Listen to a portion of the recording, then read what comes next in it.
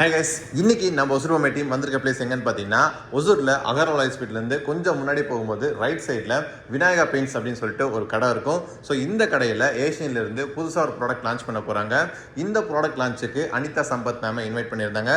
So அவங்கள invite பண்ணுறதுக்காக நம்ம ஒசூர் டீமை இன்வைட் பண்ணியிருந்தாங்க.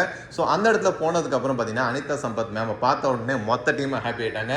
ஏன்னா நியூஸ் ரீடராக டிவியில் பார்த்தவங்க நேரில் வந்திருக்காங்க அப்படின் போது எல்லாருக்குமே ரொம்பவே ஹாப்பி.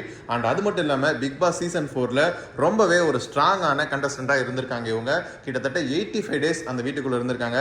பிக் பாஸ் வீட்டில் இருந்தால் எல்லாருக்குமே ஒரு ஸ்ட்ராங்கான டஃப்பான ஒரு கண்டஸ்டண்டாக நம்ம அனிதா மேம் சொல்லலாம். அண்ட் ஃபைனலாக 85 டேஸ்க்கு அப்புறம் எலிமினேட் ஆகிட்டாங்க. அண்ட் அவங்களுக்கு நம்ம பொக்கே கொடுத்து இன்வைட் பண்ணதுக்கப்புறம் பக்கத்தில் விநாயகா பெயிண்ட்ஸ் இன்னொரு ஷோரூம் ஓப்பன் பண்ண போகிறாங்க. ஸோ அந்த ஷோரூமையும் விசிட் பண்ணிவிட்டு அங்கேருந்து மேம் கிளம்பி போயிட்டாங்க. ஓகே ஃப்ரெண்ட்ஸ், வீடியோஸ் பார்த்துட்டு இருப்பீங்க. இந்த மாதிரி எந்த ஃபங்க்ஷனாக இருந்தாலும் சரி நம்ம ஒசூர் டீமை கான்டாக்ட் பண்ணுங்கள். அங்கே வந்து ரீச் ஆகிட்டு இன்வைட் பண்ணி எல்லாருமே வேறு லெவலாக சுற்றிடலாம். Okay friends, by.